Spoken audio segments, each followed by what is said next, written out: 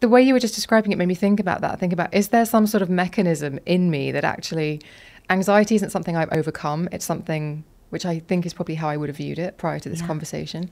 Maybe it's something I have, exactly as you've described, and it's just taken a while to McFly, that I have learned to listen to and to use as a real positive. You've leveraged it to purpose.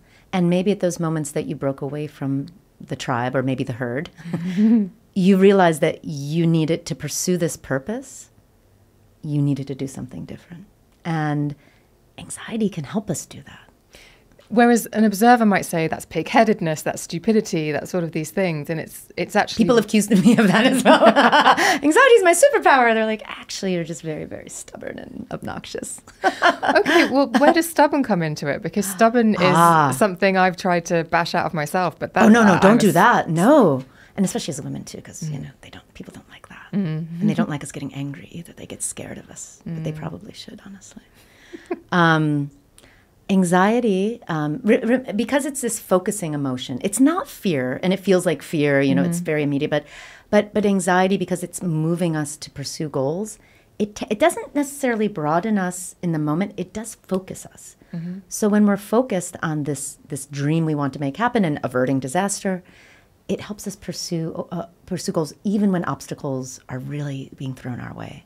So that persistence and focus, it's really necessary most of the time. And not only that, innovation. So there's great research to show when we're anxious, we become more creative when a big problem-solving task is thrown our way. We think more outside the box. We actually have more innovative solutions, in part because we're stubbornly persisting in problem solving.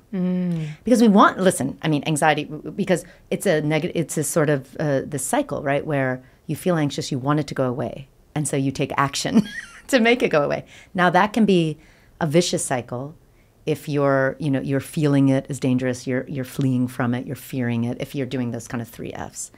But it becomes a very virtuous cycle when we're using anxiety as information that we listen to and that we know we can leverage to a sense of purpose. And then we have to then know how to let it go. So it's this real alchemy and flexibility that you gain with anxiety that allows you to use it.